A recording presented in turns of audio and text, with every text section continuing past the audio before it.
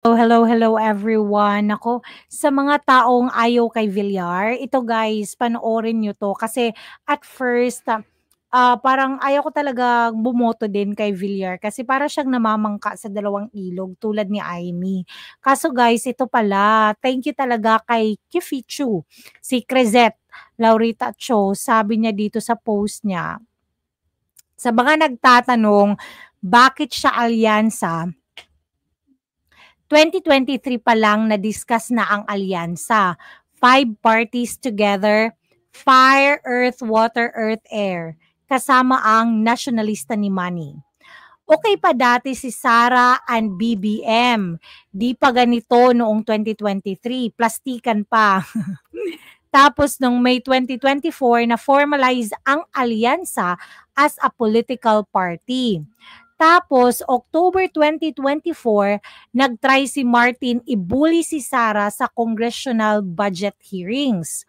Di na i-expect nila na ganun nangyari ngayon. Sobra na yung nangyari kay PRRD. Kaya wag kayo umarte if may gustong mag-jump ship kasi sila din nasusuka at di din nila ini-expect to. Correct. So parang nasusuka na din sila, no? At ayaw na din nila talaga. Kaya nag-jump ship talaga, no? Politics is addition. Allow everyone to jump ship if they want to weaken the original slate and fortify Sarah. Numbers, that's what she needs for the impeachment process. Mag-isip tayo. Oh, 'di ba?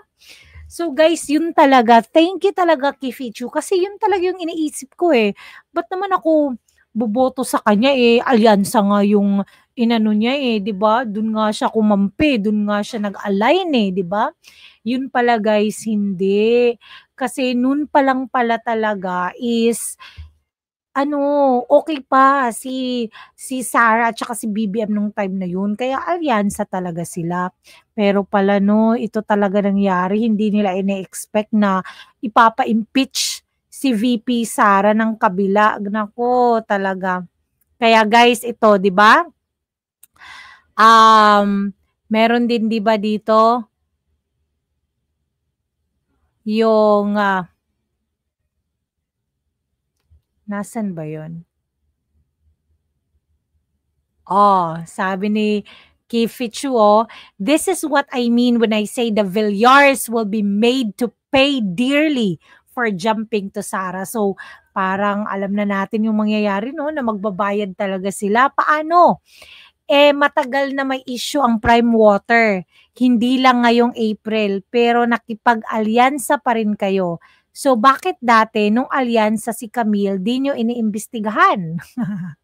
Ngayon that they moved to support Sara, bigla kayo magpa-congressional hearing? Oh, 'di ba?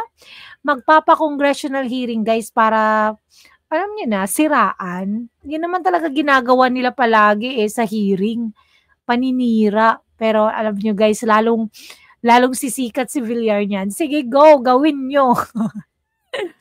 If Camille Villar wins and Mark is still a senator, and Cynthia will be in Congress and they have allies in Congress and their NP, gulo na naman ang 20th Congress. Pero at least in favor of Sara, no? Kasi ano, alam niyo naman, 'di ba?